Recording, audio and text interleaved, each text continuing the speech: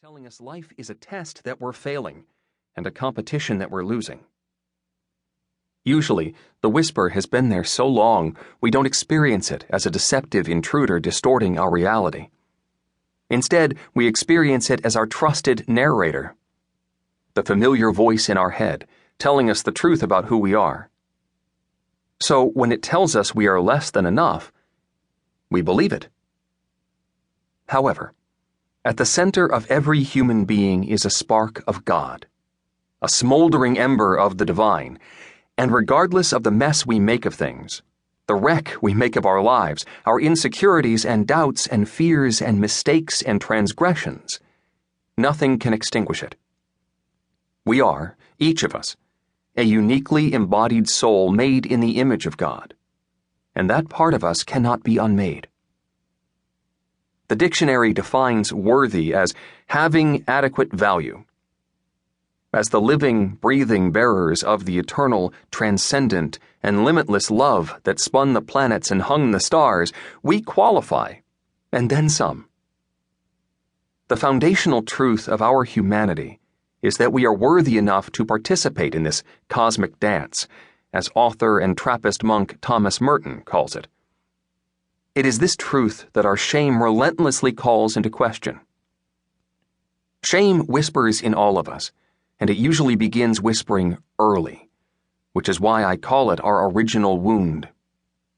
Most of us first experience it sometime in toddlerhood, before we're old enough to decide what we let into our tender hearts and what we keep out.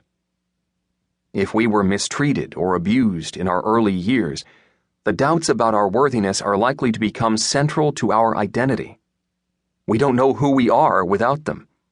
But even if we lived a fairy tale life, and some of us do, we are never completely spared from the effects of shame because somewhere along the way, someone whose opinion mattered to us failed to reflect the worthiness within us.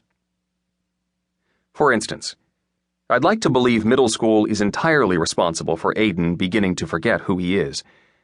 But I know, despite my best efforts, I've played a part in wounding him too.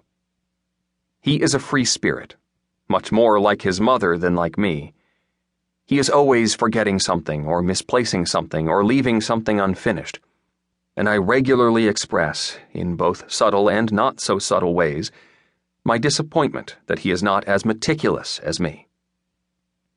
Disappointment is the most common delivery system for shame, like a Trojan horse you roll into a kid's heart. When night falls, shame climbs out. I love my son, but I've unintentionally rolled Trojan horses into his heart. When a parent or a friend, or anyone we look to for our sense of identity, expresses disappointment with who we are, the Trojan horse rolls in. None of us emerge from childhood unscathed. Is it any wonder, then, that the symptoms of shame are everywhere? Is it any wonder we compete for worthiness in virtually everything we do?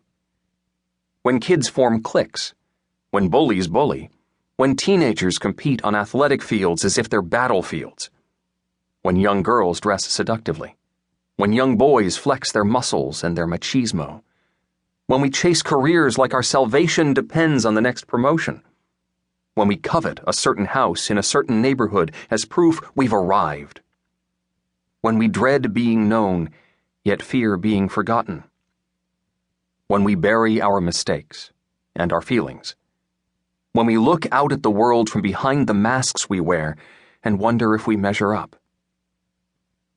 Almost daily, my 3 kids come to me competing for my approval, angling for the experience of worthiness they think I can bestow.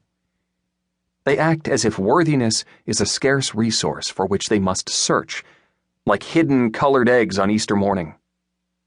They think they must find it somewhere outside of themselves and fill their baskets with it, and they fear someone else will get to it first. Their shame is already obscuring the truth. Worthiness is the least scarce resource in the universe. It has been lavished abundantly upon all of us. It can't be given to us. It can only be glimpsed within us. But my kids are human, so I expect they'll do what the rest of us are doing. They'll live their own backstories, exhibiting